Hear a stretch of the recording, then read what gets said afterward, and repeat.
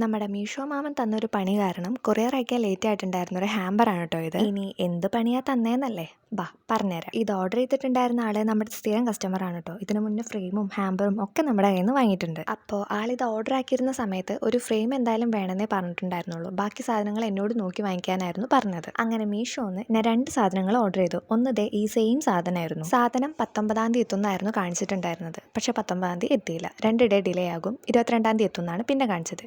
22-ാം തീയതി എനിക്ക് കോളോ കാര്യങ്ങളോ ഒന്നും തന്നെ വന്നില്ല. പിന്നെ നോക്കുമ്പോൾ ഡെലിവറി ചെയ്യാൻ പറ്റില്ല, സാധനം റിട്ടേൺ പോവുകയാണെന്നാണ് കാണിച്ചത്. എന്തുകൊണ്ടാണ് അങ്ങനെ വന്നതെന്ന് ഒരു ഐഡിയ ഇല്ല. എനിക്ക് കോളോ കാര്യങ്ങളോ ഒന്നും വന്നിട്ടില്ല. അങ്ങനെ രണ്ടും കൽപ്പിച്ച് ഞാൻ ഫ്ലിപ്കാർട്ടിൽ നിന്ന് ഈ സാധനം ഓർഡർ ചെയ്തു. സെയിം 22-ാം തീയതി തന്നെ ആ റാബിറ്റ് ലാമ്പ് ഞാൻ ഫ്ലിപ്കാർട്ടിൽ നിന്ന് ഓർഡർ ചെയ്തു. 24-ാം തീയതി സാധനം ഡെലിവേർഡായി. അങ്ങനെ കംപ്ലീറ്റ് സെറ്റ് ചെയ്ത് 26-ാം തീയതി ഇവിടുന്ന് കൊറിയർ അയച്ചു. സാധനം 27-ാം തീയതി അവിടെ എത്തും ചെയ്തു. 27-ാം തീയതി ആയിരുന്നു കുട്ടിയുടെ ബർത്ത്ഡേ. കുറച്ചധികം കഷ്ടപ്പെട്ടിട്ടാണെങ്കിലും സാധനം അടിപൊളിയായിട്ട് തന്നെ അവിടെ എത്തി. ബർത്ത്ഡേകളിന് ഒരുപാട് ഇഷ്ടപ്പെട്ടു എന്നൊക്കെ നമ്മുടെ അടുത്ത് പറഞ്ഞിട്ടുണ്ടായിരുന്നു. സോ മീഷോന്ന് ഇതുപോലത്തെ പണികളൊക്കെ കിട്ടിയ ആരെങ്കിലും ഉണ്ടെങ്കിൽ താഴെ കമൻറ്റ് ചെയ്യാം.